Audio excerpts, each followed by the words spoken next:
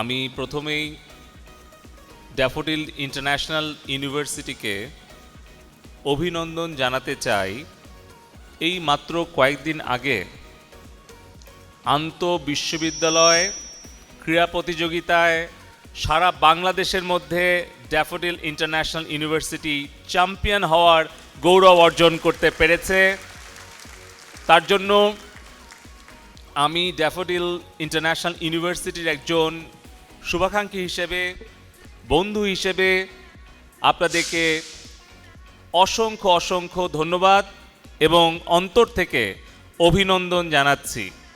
আরেকটি কারণে অভিনন্দন, ড্যাফোডিল ইন্টারন্যাশনাল ইউনিভার্সিটির বোর্ড অফ ট্রাস্টির চেয়ারপারসন, আমাদের প্রিয় মানুষ, আমাদের অত্যন্ত প্রিয় একজন শিক্ষাবিদ, বাংলাদেশকে, আমাদের তরুণ তরুণীদেরকে একটি দক্ষতা নির্ভর প্রজন্ম গড়ে তোলার জন্য যিনি আসলে দীর্ঘদিন ধরে অক্লান্ত পরিশ্রম করে চলেছেন, সবুর খান ভাই, উনি এশিয়া অ্যান্ড প্যাসিফিক ইউনিভার্সিটি অ্যাসোসিয়েশনের প্রেসিডেন্ট নির্বাচিত হয়েছেন। তার জন্য আমরা খুবই আনন্দিত এবং গর্বিত। সারা পৃথিবীতে আমাদের এই তারুণ্যের শক্তিকে সম্পদে পরিণত করতে হলে, তরুণদের স্বপ্ন পূরণ করতে হলে আমাদের শিক্ষা ব্যবস্থাটাকে সনদমুখী নয়, আমাদের দক্ষতামুখী করতে হবে। অর্থাৎ আমাদের স্টুডেন্টরা তারা যাতে শুধুমাত্র সার্টিফিকেট পাওয়ার জন্য তারা এডুকেশনাল ইনস্টিটিউশনে না আসে, যাতে তাদের স্কিল সেটটা তৈরি করতে পারে, তার জন্য তাদের কাজ করতে হবে।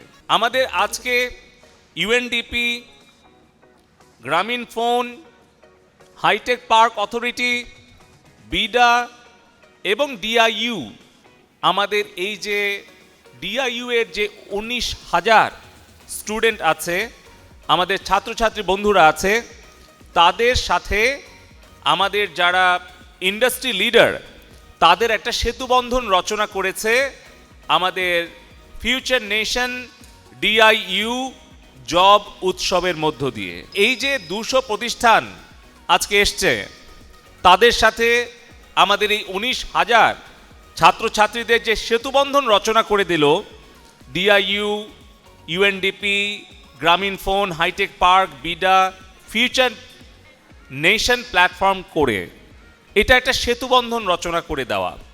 আমাদের এমন দক্ষতা দরকার যাতে করে আমাদের স্টুডেন্টরা কমিউনিকেট করতে পারে, প্রবলেম সলভ করতে পারে, নিজেদেরকে উপস্থাপন করতে পারে। কারণ একজন ছাত্র বা একজন ছাত্রী যখন নিজেকে ভালোভাবে উপস্থাপন করতে পারবে একজন এমপ্লয়ারের সামনে, তার মানে সেই এমপ্লয়ার বুঝতে পারবে যে তাকে কোম্পানিতে যখন তারা গ্রহণ করবে, সে কিন্তু সেই কোম্পানিটাকেও, সেই কোম্পানির কাজটাকেও সুন্দরভাবে উপস্থাপন করতে পারবে। আমাদের ডিজিটাল বাংলাদেশের স্বপ্নদ্রষ্টা, আধুনিক বাংলাদেশের স্থপতি মাননীয় প্রধানমন্ত্রী জননেত্রী শেখ হাসিনার সুযোগ্য নেতৃত্বে এবং আমাদের ডিজিটাল বাংলাদেশের আর্কিটেক্ট সজীব ওয়াজেদ জয় ভাইয়ের তত্ত্বাবধায়নে এবং তার সরাসরি নেতৃত্বের ফলে আমরা কিন্তু 4টা শক্তিশালী স্তম্ভের ওপরে ডিজিটাল বাংলাদেশের ভিত্তিটা রচনা করতে পেরেছি। বাংলাদেশ থেকে 60টা দেশে সফটওয়্যার রপ্তানি করছে এবং সেই সফটওয়্যার রপ্তানির পরিমাণ $1.4 বিলিয়ন। এটা কিন্তু আজ থেকে 13 বছর আগে মাত্র $26 মিলিয়ন ছিল। কিভাবে এরকম একটা বৈপ্লবিক পরিবর্তন হলো? জনাব সজীব ওয়াজেদ জয় ভাই বললেন, আমাদের কর্পোরেট ট্যাক্সটা যদি সফটওয়্যার কোম্পানির ওপরে আমরা অবমুক্ত করে দিই, যদি আমরা এক্সামশনটা দিয়ে দিই, তাহলে সফটওয়্যার বিজনেস যারা করবে তারা চাপ মুক্ত থাকবে। আমরা করে দিলাম। মাননীয় প্রধানমন্ত্রী তার পরামর্শে 2024 সাল পর্যন্ত কর্পোরেট ট্যাক্স এক্সামশন করে দিলেন। এর ফলে কি হলো? সফটওয়্যার কোম্পানি উদ্যোক্তারা তারা বড় ধরনের বিনিয়োগ করতে পারলো, তাদের ট্যাক্সের চাপটা নিতে হলো না, তাদের একটা ফাউন্ডেশন গড়ে উঠল। এখন প্রায় 3 লক্ষ আইটি অ্যান্ড আইটিএস ইঞ্জিনিয়াররা এই ওয়ার্কফোর্স, তারা এই 2500 কোম্পানিতে কাজ করছে। এবং আমি বিশ্বাস করি ফিউচার নেশনের যে টার্গেট, আমাদের ড্যাফোডিল ইন্টারন্যাশনাল ইউনিভার্সিটি আজকের যে জব উৎসব আমরা শুরু করতে যাচ্ছি, আগামী 3 দিনে এই 200টি কোম্পানিতে আমরা ইনশাল্লাহ 3000 ছেলেমেয়ের কর্মসংস্থান আমরা নিশ্চিত করতে পারব। 2016-17 অর্থ বছরে মাননীয় আইসিটি উপদেষ্টা মহোদয়ের পরামর্শে মাননীয় প্রধানমন্ত্রী 94টা খুচরা যন্ত্রাংশ যেগুলো স্মার্টফোন তৈরি করতে লাগে সেটার উপরে ইম্পোর্ট ডিউটি কমিয়ে 1% করে দেওয়ার ফলে এখন বাংলাদেশে 14টি স্মার্টফোন অ্যাসেম্বলিং ম্যানুফ্যাকচারিং প্ল্যান্ট হয়েছে, যার মধ্যে ওয়ালটন, শাওমি, অপ্পো থেকে শুরু করে বিশ্ববিখ্যাত স্যামসাংয়ের কিন্তু স্মার্টফোন অ্যাসেম্বলিং প্ল্যান্ট বাংলাদেশের নরসিংদীর মাটিতে স্থাপন করেছে। এবং স্যামসাংয়ের যত মোবাইল ফোন বাংলাদেশের বাজার থেকে আমরা কিনছি প্রত্যেকটা কিন্তু মেড ইন বাংলাদেশ, এবং তারা এখন এক্সপোর্টও শুরু করছে। এখানেও প্রায় 2000 ছেলেমেয়ের কর্মসংস্থান হয়েছে। I would like to share that from ICT Division or High Tech Park Authority, they are also partner of this platform, and you all know that we are building 92 high-tech parks across the country, including 64 Sheikh Kamal IT Training and Incubation Centers.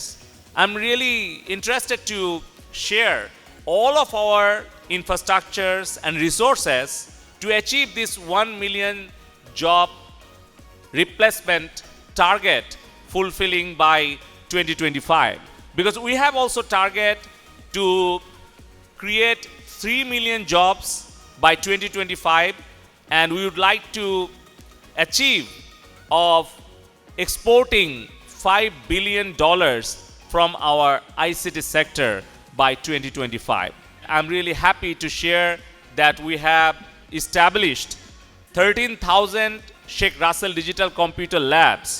Even you go to union or village level, you will find in our secondary and higher secondary educational institutions, we have set up very modern computer labs with 17 laptops.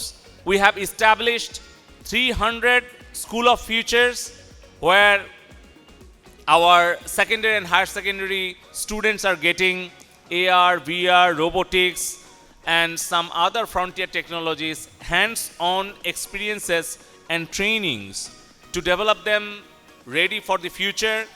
We are organizing this kind of programs. আমরা ICT বিভাগ থেকে আমাদের এই enhancing digital government and economy প্রজেক্টটা আমরা শুরু করেছি, যাতে ফ্রেশ গ্র্যাজুয়েটদেরকে ইন্ডাস্ট্রি রিকোয়ারমেন্টটা ফুলফিল করার জন্য আমরা 3 মাসের সার্টিফিকেট কোর্স, 6 মাসের একটা শর্ট কোর্স কিংবা একটা ডিপ্লোমা কোর্স করিয়ে আমরা যাতে এআই, বিগ ডেটা কিংবা রোবোটিক্স অথবা সাইবার সিকিউরিটি এই এরিয়াগুলোতে তাদেরকে আমরা দক্ষতা তৈরি করতে পারি। 4টা এরিয়াতে আমাদের দক্ষতা তৈরি করতে হবে 41 সাল নাগাদ একটি জ্ঞানভিত্তিক উদ্ভাবনী বাংলাদেশ বিনির্মাণের জন্য।